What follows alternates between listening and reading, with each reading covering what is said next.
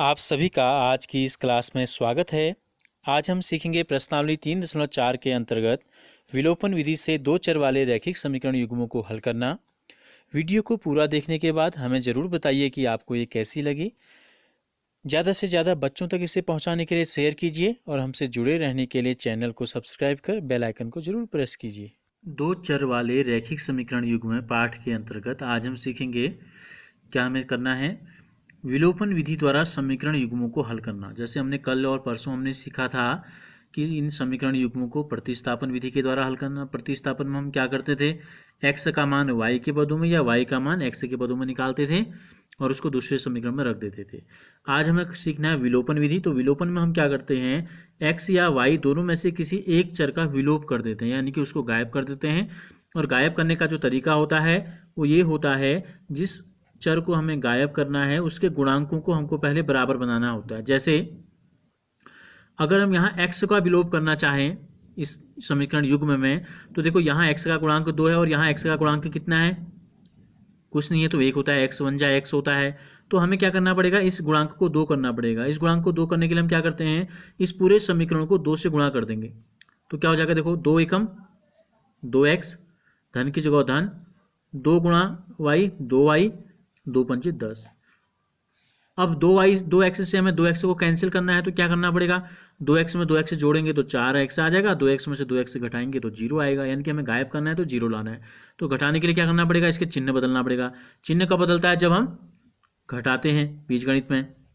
तो हम यहाँ लिख देंगे घटाने पर, देखो ये ऋण हो गया, ये भी ऋण हो गया, ये भी ऋण हो जाएगा, तीनों ऋण हो जाएंगे। 2x में से 2x कट जाएगा, क्या बचेगा, ऋण 3y ऋण 2y, तो क्या आ जाएगा, ऋण 5y, दोनों को जोड़ेंगे बराबर 10। ऋण 10 है, 4 ऋण 10, 4 में से 10 घटाएंगे तो ऋण 6 आ जाएगा। ऋण 5 ऋण 6, दोनों ऋण से ऋण कैंसिल हो जाएंगे, तो y का जो मान आ जाएगा 6/5।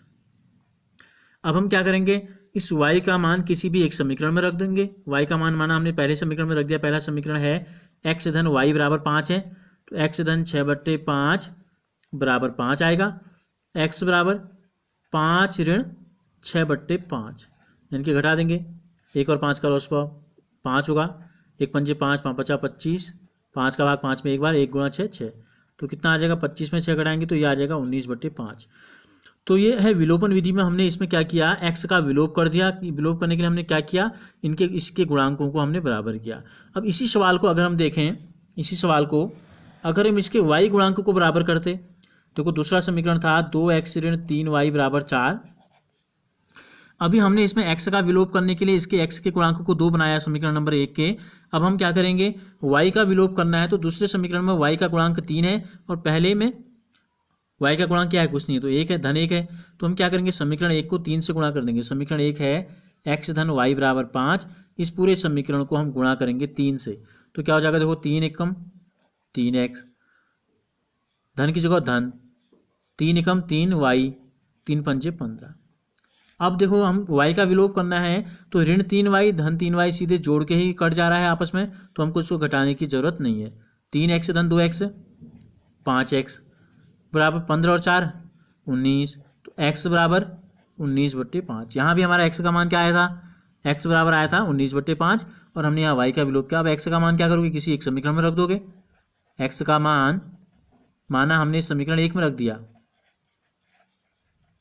में रखने पर x धन y है, x धन y बराबर 5 है, तो y धन x धन y बराबर 5, तो y बराबर हो जाएगा 5 ऋण 19/5, वही चीज़ आ जाएगी।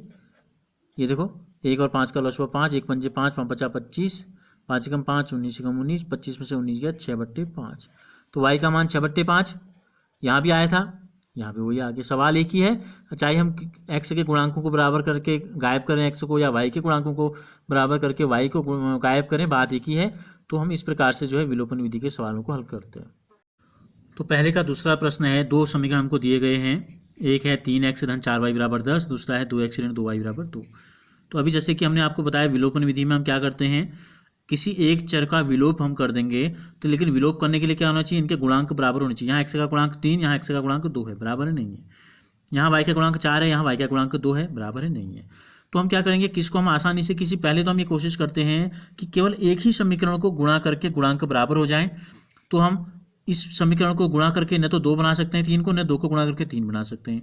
y को हम क्या कर सकते हैं, समीकरण नंबर 2 को अगर हम 2 से गुणा कर दें तो देखो, तो ये समीकरण हमारा क्या हो गया, पहला समीकरण था 3x धन 4y बराबर 10।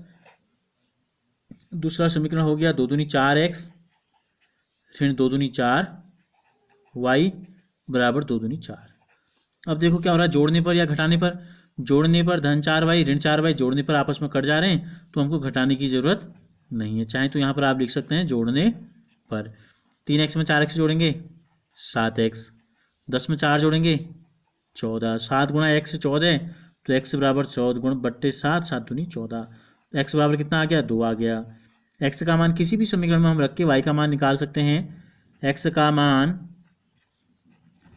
समीकरण 1 में हमने रख दिया, मैं रखने पर क्या होगा, देखो 3x है तो 3x की जगह पर हमें क्या रख देना, 2 धन 4y बराबर 10, 3 दूनी 6 धन 4y बराबर 10, 4y बराबर 10 ऋण 6, यानी कि 4y बराबर 10 में से 6 घटाया 4 आ गया, तो y बराबर 4 बट्टे 4, 4 एकम 4, तो y का मान आ गया 1 और x का मान आया था 2। तो इस प्रकार से विलोपन विधि से हमने ये x और y का मान ज्ञात किया। x और y के मान अगर आप यहाँ रखेंगे, x बराबर 2 y बराबर 1, तो उत्तर सही होना चाहिए आपका। x बराबर 2 था तो 3 दूनी 6 हो गया और y बराबर 1 था, 4 एकम 4, 6 4 10, तो उत्तर की जांच भी हो गई।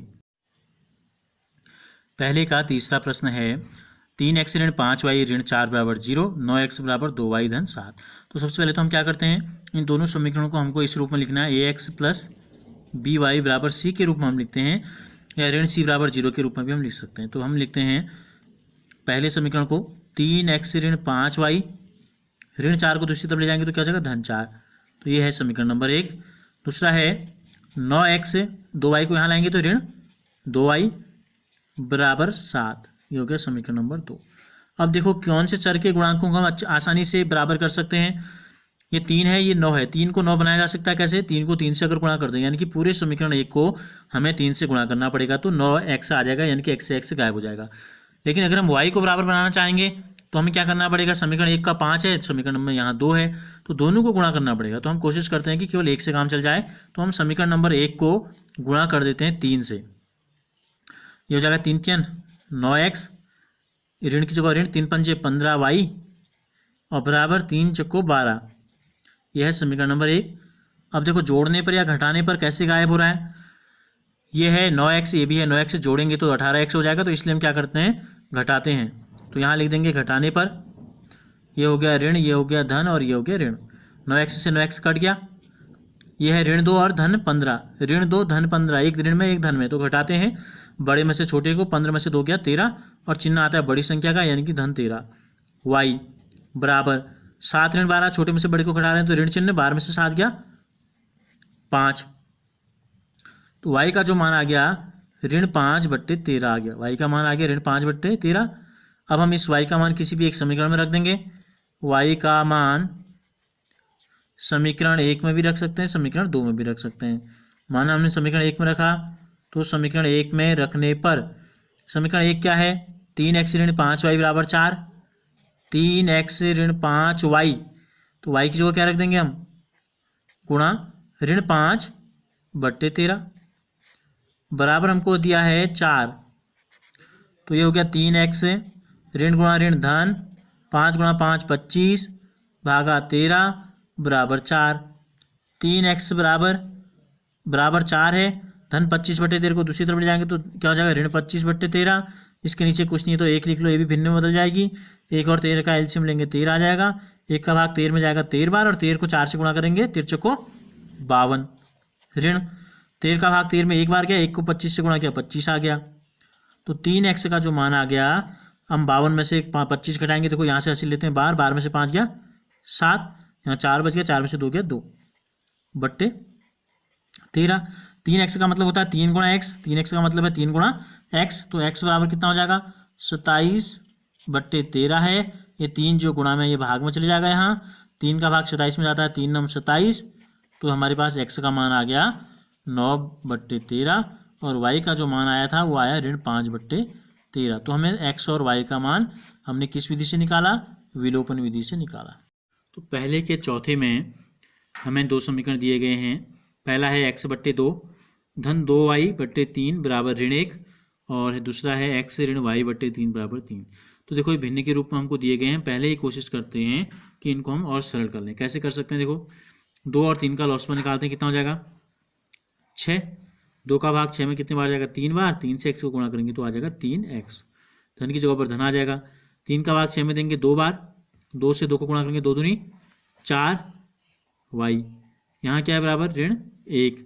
3x धन 4y। 6 को यहाँ ले जाते हैं बराबर की दूसरी तरफ, यहाँ भाग में यहाँ गुणा हो जाएगा तो 6 कम 6। तो इस समीकरण जो एक था इसका रूप थोड़ा चेंज कर दिया हमने, इस प्रकार से हमने इसको लिख दिया। समीकरण नंबर 2 में भी इसके नीचे कुछ नहीं है तो 1 ले लो। 1 और 3 का एलसीएम निकाल लो 3। 1 का भाग 3 में 3 बार जाएगा। 3 से x को गुणा करेंगे तो आ जाएगा 3x। ऋण की जगह ऋण, 3 का भाग 3 में क्या? 1 बार। 1 को y से गुणा किया, y आ गया बराबर 3 है। तो 3 को यहाँ ले जाएंगे तो कितना हो जाएगा? 9 3 क्या? 9। तो दूसरा समीकरण आया 3x ऋण y बराबर 3 3 9। अब क्या हो गया? किसी चर के गुणांक बराबर है या नहीं है, x के या y के, देखते हैं हम। देखो यहाँ देखो x का गुणांक यहाँ 3 है, x का गुणांक यहाँ भी 3 है। तो दोनों को हम क्या करते हैं? गायब कर सकते हैं आसानी से, विलोपन कर सकते हैं, विलोप कर सकते हैं दोनों का। तो हम लिखते हैं घटाने पर। क्या करते हैं? घटाने पर, क्योंकि दोनों धन में है। ये ऋण हो जाएगा, ये धन हो जाएगा और ये ऋण हो जाएगा। चिन्ह बिल्कुल उल्टे हो जाते हैं। धन है तो ऋण, ऋण है तो धन। 3 में से 3 कट गया। धन 4 धन 1 तो हो गया धन 5y। ऋण 6 ऋण 9 ऋण 15 हो गया। 5y का मतलब 5 गुणा y, तो y बराबर हो जाएगा ऋण 15/5। 5 का भाग 15 में जाएगा ऋण 3 बार। तो y का मान आ गया हमारे पास ऋण 3। y का मान किसी एक समीकरण में रख देते हैं। y का मान समीकरण 1 में भी रख सकते हैं, समीकरण 2 में भी रख सकते हैं। माना हमने 2 में रख देते हैं। चलो समीकरण 2 में हम रख देते हैं। समीकरण 2 में रखने पर समीकरण 2 हमने लिखा था 3x ऋण y बराबर, तो 3x ऋण y लिया था। ऋण y की जगह आ गया ऋण 3। ऋण की जगह ऋण रहा, y की जगह आ गया ऋण 3 बराबर है 9। बराबर है 9। तो ये हो गया 3x ऋण गुणा ऋण धन 3 बराबर 9। तो 3x बराबर 9, धन 3 आ गया, ऋण 3 हो गया। 3x का मान आ गया 6, तो x बराबर आ गया 6/3 यानी कि 2। तो इस प्रकार से विलोपन विधि से जब हमने इन प्रश्नों को हल किया तो हमें x का मान प्राप्त हुआ 2 और y का मान प्राप्त हुआ ऋण 3। अब हम इनको अगर समीकरण में रख के देखना चाहेंगे, उत्तर की जांच अगर आप करना चाहेंगे, तो x का मान अगर हम 2 रख दें तो ये हो जाएगा 2/2 1, और y का मान ऋण 3 रख देंगे तो 3 से 3 कट जाएगा, ऋण 2 बचेगा। 1 ऋण 2 बराबर ऋण 1। तो उत्तर की जांच भी आप कर सकते हैं आसानी से।